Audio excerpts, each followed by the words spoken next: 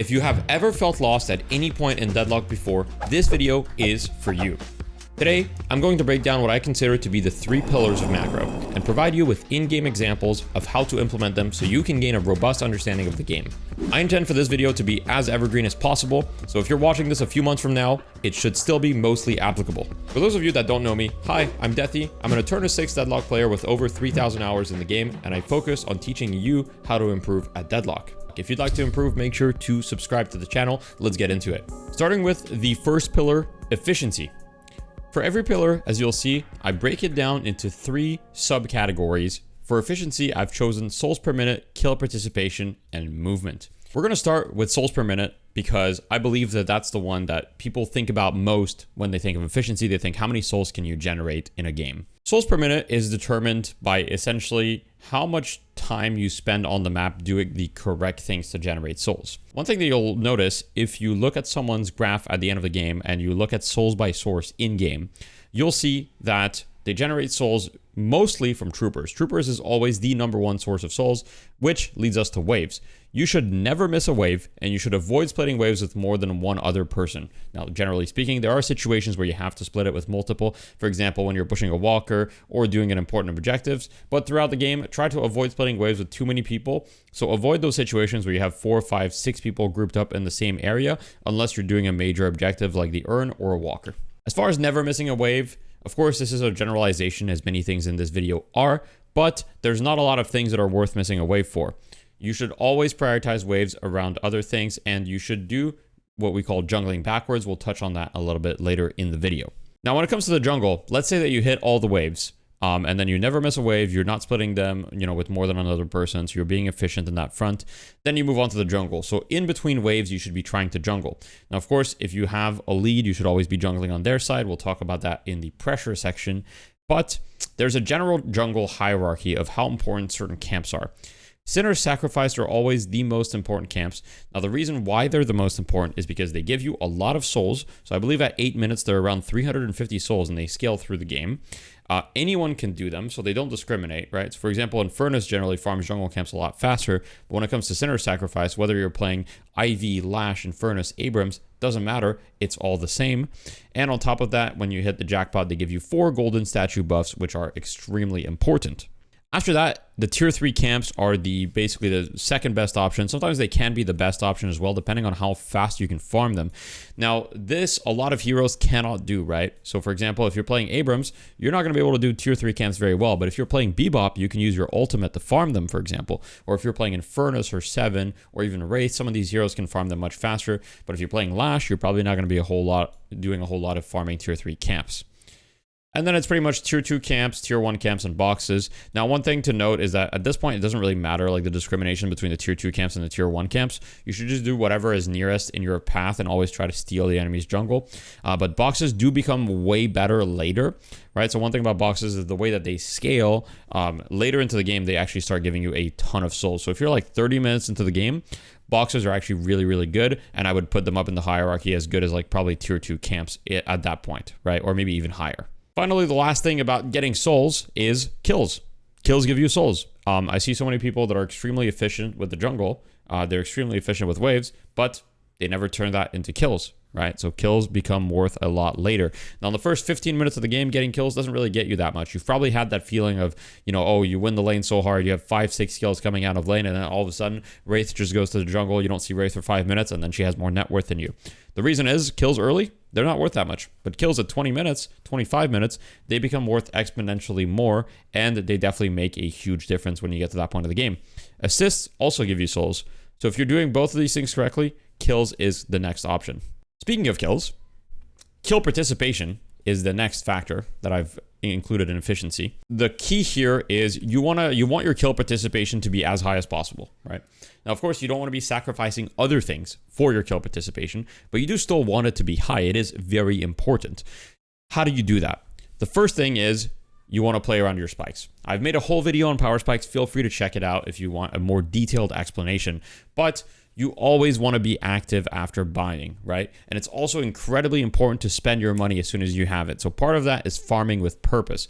When you're farming, don't just farm for the sake of farming, right? When you're doing this thing, getting the waves, getting the jungle, getting the kills, think about what is going to be your next item. Look at your build and be like, okay, when I get 3,200 souls, I'm going to get toxic bullets and then I'm going to be really strong. Oh, when I get 3,200 souls, I'm going to buy majestic leap on pocket and then I can start being active for a little bit. This is the principle of power spikes. Like I said, the whole video describes it much better than I can in a short amount of time, but always be active after buying. Always buy right as soon as you hit enough money to buy whatever item you were saving up for. So don't hold on to like 4,000, 5,000 souls in the early game. Spend it as soon as you can.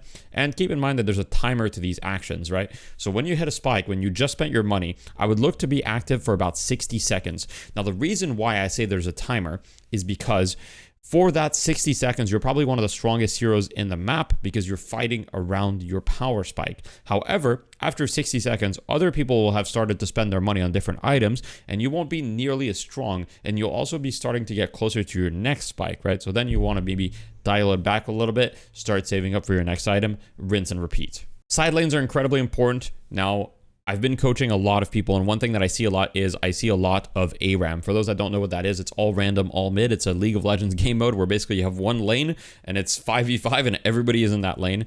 And do not do this, right? That you're splitting souls. This goes against here, right? Where you don't want to be splitting souls with too many people. You should only be doing this later in the game when it's going to result in getting mid boss, for example. But early on, look in smaller groups, right? Make plays with 1 or 2 additional heroes because it's going to be more beneficial from a splitting thing, but it's also going to generate more kill opportunities.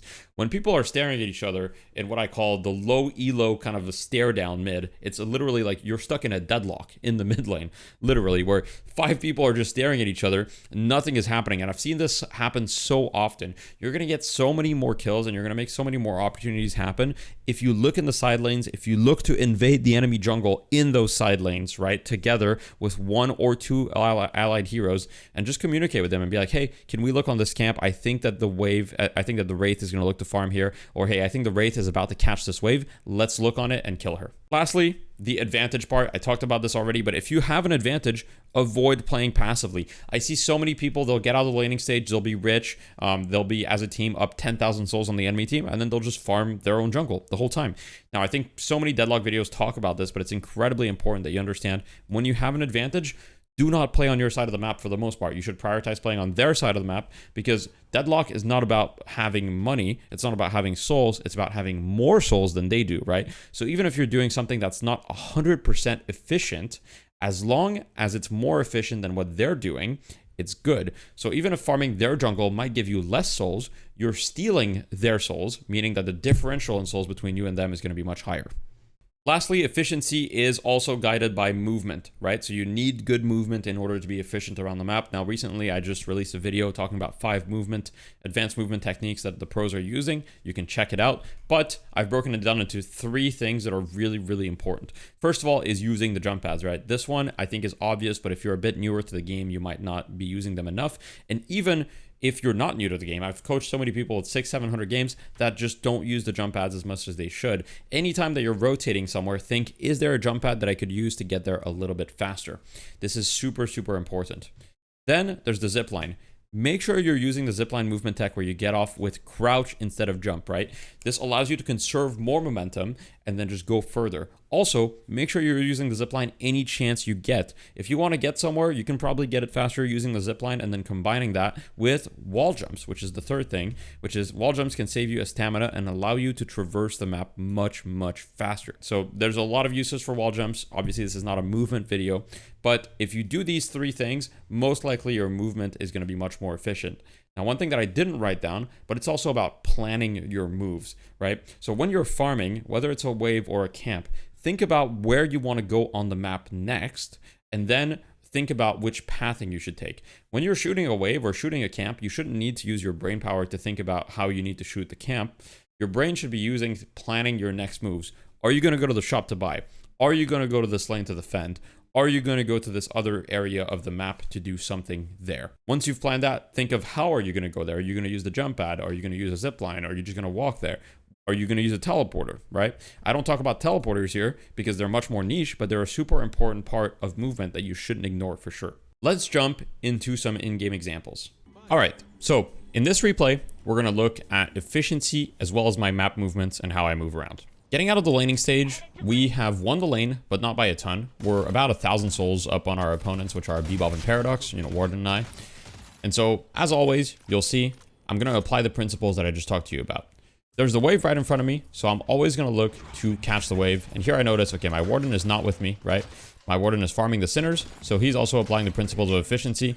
And therefore, I can't really be aggressive as I'm in a 1 versus 2. I get gone on here.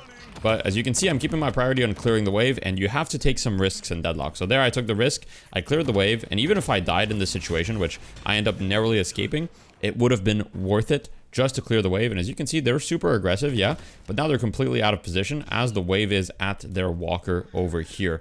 So even if I died, they wouldn't have been able to accomplish much pressure off of it, and I still got a lot of souls for clearing the wave alone. Now, as I return to my lane, I'm not going to overcomplicate things, right? Some people will be like, okay, should I be ganking? Should I be doing this other thing? You know, someone needs to catch this wave. My Warden is focusing on doing the Sinners, right? Not both of us can do this. And this is something you need to understand is based on the pillars of what is most important when it comes to efficiency, you also need to recognize what your teammates are doing. So I'm seeing, okay, my Warden is focused on clearing the wave. My Warden is focused on clearing the Sinners. So I'm going to focus on clearing the wave so that he's allowed to kind of farm these Sinners, right? And the moment that I clear the wave, I'm going to move to do something else, which is take this fight in their jungle and take advantage of the pressure that's been created. Now, I want it to be really, really clear in everyone's mind. The moment you clear a wave, you buy yourself time to do whatever else you want. So clear the wave, do something, go back to the wave, right? You don't see me sticking around in the jungle and just, you know, doing a bunch of stuff that doesn't really matter. I'm going to the wave, I buy Cultist, instantly use it on a tier 3 camp, and then I notice, I look at the clock, and the clock in replays is broken, so it's about 30 seconds in advance. But this means that the buffs are about to spawn, so therefore, as I'm farming, I'm thinking, okay, I want to go to the buff, mess up my movement a little bit there. I see there's a fight happening on the buff. Hayes actually got it right before me. If I was a little more efficient, I should have been on the buff right away. Now you'll see that since I'm Lash, I'm farming this tier 2 camp, and you know, I'm not really able to farm tier 3 camps, and there's no Sinners left on my side of the map. So the only things left for me to focus, as per the rules that I established prior, are the tier 2 camps as well as the waves. So I'm going to farm this tier 2 camp, and then I'm going to get the wave, and once again, I'm going to focus on just not wasting any time and catching all these waves alone. You can see that just by doing this, I'm the richest person in the lobby, because despite not having farmed any Sinners, or not having done any tier 3 camps, I've caught a bunch of waves alone, which has given me a lot of souls. Another thing you'll notice is as soon as I have enough souls, I go to buy. So right here, I have enough souls for Majestic Leap. I spend all my money, I buy Majestic Leap as well as extra stamina. And now I can be active for that 60-second timer, right? So I hear Paradox farming this camp. I'm like, I call out to my Warden. I'm like, hey, we can go on this Paradox. I mess up my movement really bad there, don't look. But you know, at the end of the day, execution sometimes is not quite there, but the idea is correct. I ult the Paradox and we should be able to take her out as she is 1 HP. My Warden does end up clearing her up. I get hooked into the walker, and I think I'm going to end up dying here. I actually can't remember. I think I actually do escape, you know, due to some good movement there. But, you know, a lot of things went wrong there, right? I got hooked. I actually messed up my execution on the Paradox, but the idea was correct. I buy, I look to get a kill and punish them. I heard Paradox farming. I go to Paradox on top of the camp to punish her. The second pillar is pressure. Now, I've talked to a lot of people that are very efficient. I look at 20 minutes and they'll have, you know, 27, 28,000 souls. But I look at their damage and I'm like, that's some pretty low damage numbers. Now, if that's you, then you definitely need to focus on this pillar. And I think that if you're, you know, between the ranks of Archon to Ascendant, this is probably the main mistake that you're making is you're not applying enough pressure if you have a lead or if you're in a winning position. Now, how do you apply pressure? I break it down into 3 categories. Waves apply pressure, but in a different way from efficiency. For the sake of efficiency, you want to push waves, but as you can see, they're also important for pressure, and we'll talk about that a little bit more. You also need to contest, right? What that means is, you know, it's a multiplayer game. There's enemies on the enemy team, and you need to contest them, you need to fight them, but you need to determine which one should you fight, when should you fight them, how do you fight them, and, you know, like where on the map should you fight them as well. And then the third part is stealing, right? So pressuring them is taking things away from them, whether that's positioning on the map, whether that's the jungle, whether that's, you know, their unsecured souls, whether that's the buffs, the urn, whatever, it doesn't matter, but you need to steal from them. Starting with the waves, we already covered pushing the wave, right? But What I would recommend further in order to apply pressure is try to push until you start dying. So too many people are afraid of dying in Deadlock, but not all deaths are bad deaths. If you clear a wave and you die, as I covered in the previous example, it's not always bad. In fact, if you clear a wave and you die, they usually can't push your objective because they don't have a wave for at least 30 to 45 seconds. And early game, the death timers are not that punishing because the game wants to incentivize you to try to make plays and try to make things happen on the map. It doesn't want to give you a 60-second death timer for just trying to make something happen when it's 15 minutes into the game. Once you start dying consistently pushing waves, you're probably being too aggressive, so dial it back a little bit.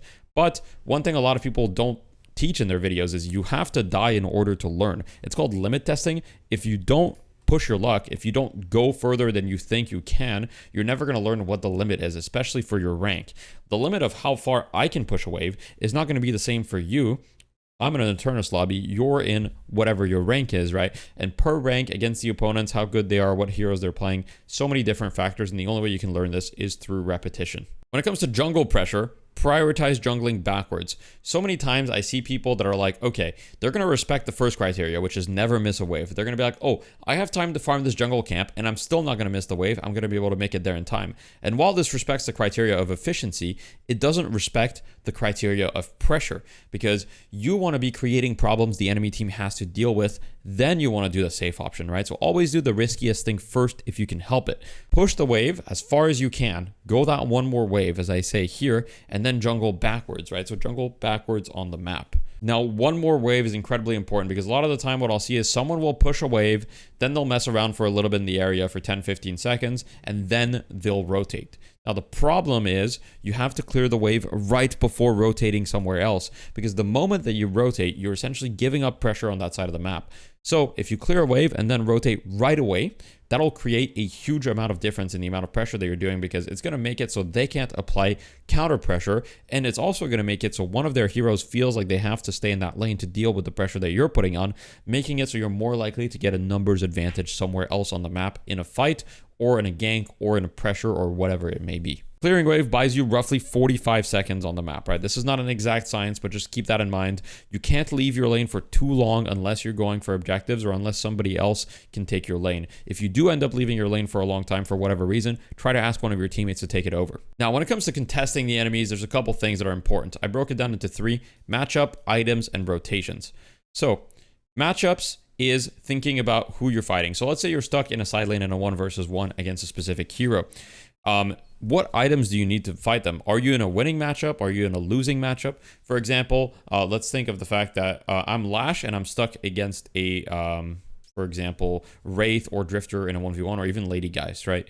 These heroes in a fair 1v1 will beat me. However, if I go for slams every wave with my Majestic Leap, for example, I just use Majestic Leap, I use my ground strike, and then I back up, I'll deal a good amount of burst damage and I'll win that trade. Now, if I do that enough times, eventually I'll win, but I need to make sure that I don't go in extended trades against them, because I'm going to lose that every time.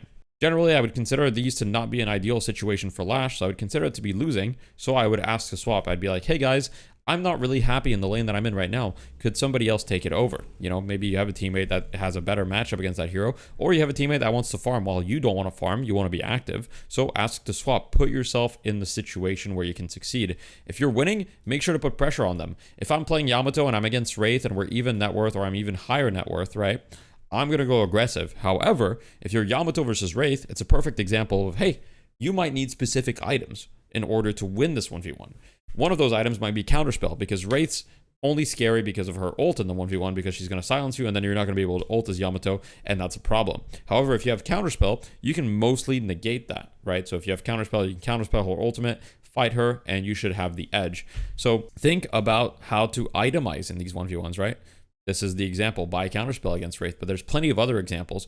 You're playing against Mirage and you want to kill him, buy Slowing Hex. Slows him for 3.5 seconds. He can't use Tornado, which is what he'll think he can use to dodge your abilities. You might be playing Lash, which is a hero that I know the best. If you want to look to ultimate Mirage, well, you need either Silence Wave or Slowing Hex, because otherwise he's going to dodge it with his Tornado. But if you go on him right as you bought the counter item, he's not going to expect you to have that, right? So make sure you're itemizing for the 1v1 if you're stuck in a 1v1, or if you're trying to kill specific people. And lastly, it's rotations.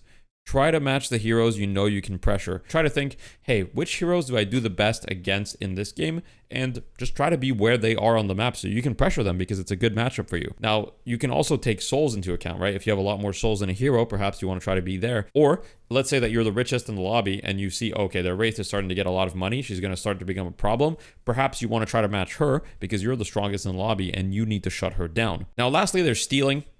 You want to steal the jungle. I think I've talked about this a decent amount. Stealing Sinners is massive value because the thing to understand about stealing jungle, right, is let's say you take a Sinners and the Sinners is worth, 350 souls, right? So it's plus 350 souls.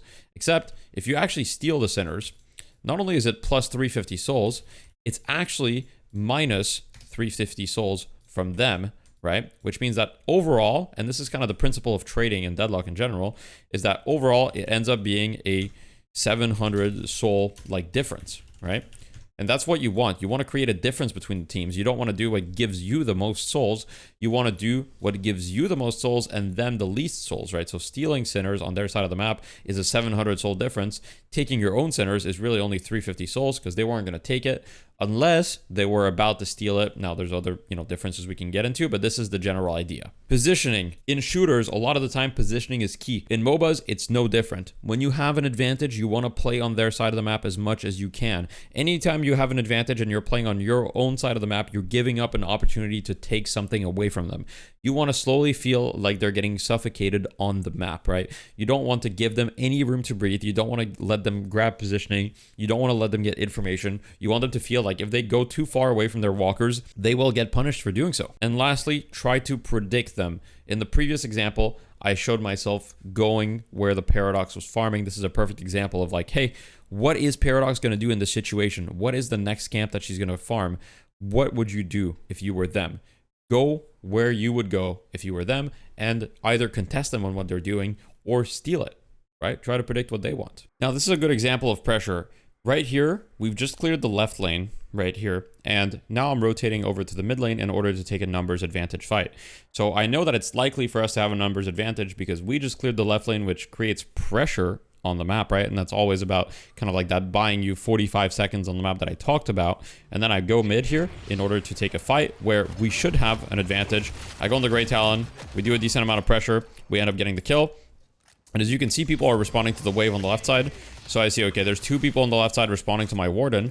But this pressure from them doesn't really do as much because they haven't cleared the wave, right? So they're chasing Warden, and that's great. But we're not really too worried about it yet. Now, Warden does end up going down, and then that means that we have to deal with the wave after. I see that there's people, so I end up making sure to rotate. And this is what it comes to kill participation, right? You want to make sure to kind of like be efficient on the map and stay involved in these fights and take the fights when you have wave advantage, you have numbers advantage, and, be in the situations that you want to be. Now, as Lash, this is exactly the situation that I want to be in because I want to be moving around the map, staying active. I don't want to be stuck in a side lane 1v1ing someone, so I let my Warden do that, and then I moved between the mid lane and the left lane, creating pressure on both lanes. And as you can see, I haven't played on my side of the map at all through this entire clip because we're ahead of them, right? Now, the only reason that I would go on my side of the map is if something else that I need to do, like for example, we've taken all of their objectives, there's nothing left on their side, then I would go back. Now, here, I make arguably a risky play. However, I ask my pocket, I'm going to pause, I ask my pocket to take over the left lane in this situation, and the IV to take over the mid lane. The reasoning here, technically, I could have pushed the left lane, right? But I wanted to make a risky play, which is use my newly acquired power spikes, especially the cooldown, and take a fight on the right side. Because one, I don't think they would have expected it because I used the teleporter to move across the map very quickly. And two, I'm very, very strong, right? I'm the richest person in the lobby. I'm at 16k and nobody else is really that close. And so I want to use that lead to take an objective, and taking the walker, I think, is what we want at this point to get an extra flex slot. And I think the right walker is the one that I'm most likely to get because they're not going to expect me on that side of the map. So I asked, hey, Pocket, can you take the left lane? IV, can you take the mid lane? And then I go over to the other side. Now, of course, in your games, it's not going to be as easy to ask people to take lanes because they're not going to listen to you or they're not going to understand the importance of it. But that's still the theory. Now, moving here, I actually kind of like mess up my movement pretty significantly. I get caught in this kind of like weird 1v1 with the Haze where, I'm fighting her, but this is not really that beneficial to me because she's Haze, she's going to ult me. And, this is a little bit awkward, but we have so many people here that we should be able to clean this up. Unfortunately, now I see, okay, we're not getting the walker, so I rotate back over to mid. The play doesn't work. I think it should have worked definitely, but unfortunately we misplayed it, right? So that means that right away I'm using my cultist and I just go back to mid in order to deal with that. And I want to try to keep, you know, stay active on the map, always be doing something, not wasting time. So here I'm just going to try to ult the Bebop. I mess up, right? I'm showing you guys the mistakes as well as the successes, but that was kind of the idea of the play, and that's what you guys should be looking to do in your games as well.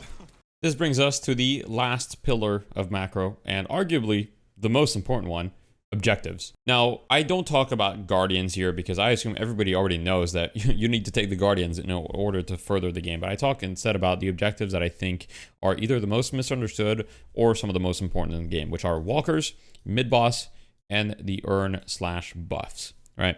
So let's start with walkers. Now, the first thing I said about walkers is die. I want to, you know, make sure that it's clear that it's die in game. Now I say seriously, these objectives are worth dying for in game as long as it's before 20 minutes. Now you want to make sure that you're not giving them free kills all the time, right? So you want to make sure that you don't just sacrifice yourself over and over for these walkers. But if it's before 20 minutes and you trade your life for a walker, that's worth it. So I see so many times people that are so close to getting the walker and they just start running away and then they end up dying anyway. So just take the risk and, you know, just as long as you get the walker, it's okay. Don't be afraid of sacrificing your life for it. Now, the 15-minute mark is an important one for walkers. I would say generally before the 15-minute mark, it's going to be difficult to get a walker. Now, I want to make sure that this is also dependent on the skill level and the region that you play in. Now, in Europe, I see walkers dying before 15 minutes much more often because people are more active on average. And this is also given, you know, higher ranked games. However, if you're in lower ranked games before 15 minutes, don't try to go for walkers too much. Understand that you're going to be better off just stealing their jungle or doing other things because they're very difficult to pressure before 15 minutes. You can if you have a big lead, but be very, very careful because, you know, they have a lot of resistances and walkers resistance decreases throughout the game. So you just want to be careful going for them too early. And the last thing is be aware that they give resistance to their allies. A lot of people don't know this, but if you are near your own walker, right, you'll get an aura, and that aura gives you 15% bullet and 15% spirit resistance. Now, the value of 15% bullet and 15% spirit is roughly 1600 per, which means that essentially the people defending a walker have a bonus 3200 souls because it's kind of like if they had battle vest and enchanter's emblem while defending the walker. Now, it's not quite as strong as that, so you could round it down and be like, okay, they have a bonus 2000 souls, but they still have a lead. So if it's an even fight, even souls and everything, they have a significant advantage being near their walker, so to be careful about that. Let's talk about mid-boss, which is the win condition, right? Mid-boss is how games are won. This is extremely important to understand. If you don't get mid-boss, it's going to be way harder to win the game. It's the best way to finish games. If you ever have a lead that is higher than 10,000 souls, the next fight you win, you should go mid-boss. Now, this is timed to an extent. If you want a mid-boss before 15 minutes, you can, but it requires a lot of coordination and a lot of damage. So in your average matchmaking game, it's probably not realistic. So I would say the 15-minute timer applies also to mid-boss, where before 15 minutes, it's going to be very, very unrealistic to do mid-boss in most matchmaking games. In pro games, sometimes you'll see mid-bosses as early as 12 or 13 minutes, but this is not going to happen in your matchmaking games. The moment you win a fight, if you have a 10k lead, be like, hey guys, let's go mid-boss. Or even better, if you want to communicate to your team, let them know, hey guys, next time we win a fight, let's go mid-boss. Talk about it before the fight even happens so that everyone is mentally ready to just go mid-boss the moment the fight is won or the moment you get 1 or 2 kills. As far as contesting mid-boss, since mid-boss is the best way to win the game, right? You have to kind of make sure that your opponent doesn't get mid-boss for free if you can help it. So early, it's worth to contest mid-boss, even if you just steal 1 rejuve if it's early enough, right? So if you take a team fight on the mid-boss, if you have a decent chance of winning that team fight, it's worth it, even if you end up losing it, as long as you don't lose too bad. So for example, let's say that you kill 3 of them and you lose 4 or 5 people. The respawn timers are still quite early, quite short if you're early, let's say 15 to 20 minutes. And so it's worth it because you'll at least take out all of their rejuve buffs, which will make sure they don't have a huge advantage for the next couple of minutes. I see too many people giving mid-boss for free and saying, hey, ever since the mid-boss change, it's not worth the contest anymore. That's not true in my opinion. Of course, you shouldn't force it. It's not over, especially if they get the first mid-boss. But if it's second or third mid-boss, usually you kind of have to contest it because if they get it, it's probably just game over anyway. And lastly, securing it is very important. If you ever call mid or want to go mid, think of the ultimates and abilities that can secure or steal. So if you're the team doing mid, try to think, okay, which ultimates do they have or which ultimates do they not have that can steal it, and what do we have to secure it? For example, oh, okay, we have a Yamato and Dynamo on our team. So Dynamo can use Black Hole on top of it to kind of like secure it, and they don't, but they have Lash hold, so Lash is going to be able to hold the Dynamo away and cancel his Black Hole. But it's okay because we have Yamato who can dodge Lash ult with Unstoppable, or hey, we have Haze who can sleep dagger the Lash. So understand what your role is in the mid-boss pit. Try to think, do I have any abilities to secure? Or do I have any abilities to steal? Now, last but not least are the earn/buffs. There's the timers. So pay attention to the clock, okay? At lower ranks, if you're on time, it's a free objective. That's one thing that I want to make clear is pay attention to the clock. And if you want to go even further and you can combine certain pillars, if you pay attention to the clock, this can dictate some of your actions. So let's say that the clock shows 14:30. Now you can be like, oh, buffs and earn are spawning in 30 seconds. Now this means that we should push the waves as much as we can. So if it's 14:30 and you're jungling in your own jungle, right, not being aggressive, you're essentially giving up these objectives. Whereas if you're the team and you know, hey, buffs are spawning in 30 seconds, push every wave that you can as aggressively to create pressure on the entire map, and then go to the buffs as soon as they spawn, and a lot of the time you'll get them for free. The community is still not very good at getting these on time, even at very high levels. Now, when you get to Eternus 6 lobbies, people are pretty good at being on time, but I would say anything below high Eternus, people are not on time that often to these objectives. Now, I want to talk about earn and buff specifically. These give a massive advantage and are forced fight opportunities. What I mean by that is that if the enemy doesn't fight you over these and you just get them for free, you gain a huge advantage. So if you're ahead, these are incredible because they allow you to, one, further your lead, and two, if the enemy contests you on them, they give you an opportunity to fight. Now, what do you do if you're behind, right? Because obviously you don't want to give them up for free, but you also don't necessarily want to fight them just mindlessly. What you can do if you're behind is try to predict where the enemy is going to be. So a lot of the time, they're going to try to stack people on one side of the map or the other and be like, okay, we're strong, so we want to pick up the urn. If you know the enemy wants to pick up the urn, play on the other side of the map and look for a pick there in order to get back into the game. You can use this to your advantage even when you're behind by trying to do the opposite of what the enemy team wants you to do. Last but not least, deny/counter. Earn souls can be denied for up to 40% of the value of the urn. So when someone is doing the urn and you're like, okay, we can't contest it, if you can be on a rooftop nearby and you can just shoot some souls to deny it, you can get up to 40% of the value of the urn. So if you manage to do this and you manage to deny every single soul, it's actually really not even that big of a deal that they got the urn because they're not going to get that many more souls than you did anyway. Now, the other thing about counter, right, is always look for counterplay. So if you know that you can't contest the urn for whatever reason, the moment they pick up the urn, do not do your own jungle. You should look to be like, okay, can we push a walker on the other side of the map? Can we pressure? Can we steal a little bit of their jungle, right? Always look for something that you can do in exchange. Don't just give up things for free, and understand that, you know, there's an ebb and flow to the game of Deadlock where if they take something, you can take something in return. And it's not like, oh, we can't contest the urn, therefore we're going to lose. How people lose is that the enemy team will pick up the urn, they'll go to the drop off, and while they're doing that, you'll just be AFK doing nothing, accomplishing nothing on the map, putting no pressure, doing no other objectives in exchange, and therefore they just get a free lead. Now in this situation, once again, the clock in replays is bugged, so the objectives haven't spawned yet, but they're about to spawn in 10 seconds. So I head over to the left lane. We see we've already put a lot of pressure in the middle lane. I'm going over to the left lane and I'm going to do this thing called cutting the wave. Now there's another term for it in League of Legends terms that I don't remember, but cutting the wave is the term that I use from Dota. And essentially I kill the wave as it gets there, and this creates more pressure on the left lane, meaning my team can easily get the left buff, right? Because we had the mid lane pushed in and the left lane pushing, so we were able to get the left buff. Now we see with this lane pushing, we go towards the walker, and we've got an advantage here of 3v2. So we decide, hey, let's push the walker. We kill the paradox.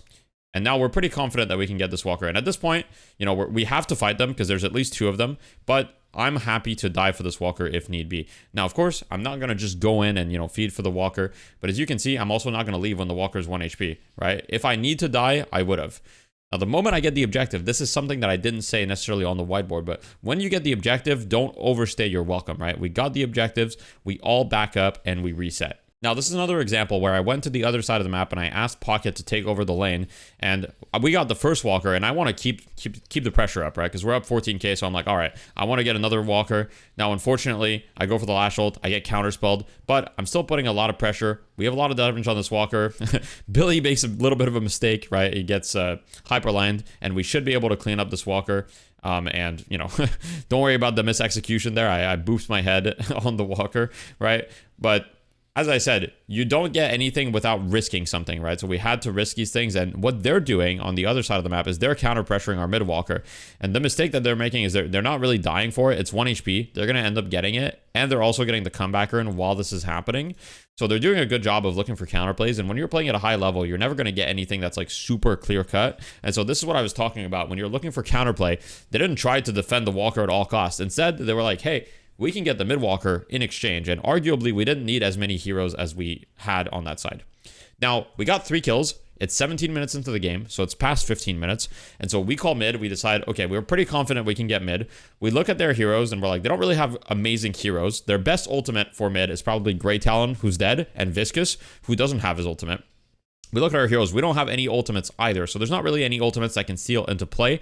And we also had huge numbers advantage, meaning it's very unlikely they contest this. So they give this up for free, and we get the mid-boss advantage. Now, one thing I want to remind people is that when you get mid-boss, you don't necessarily need to force the issue right away. So looking at this map, for example, this is a bit of an example of the different pillars.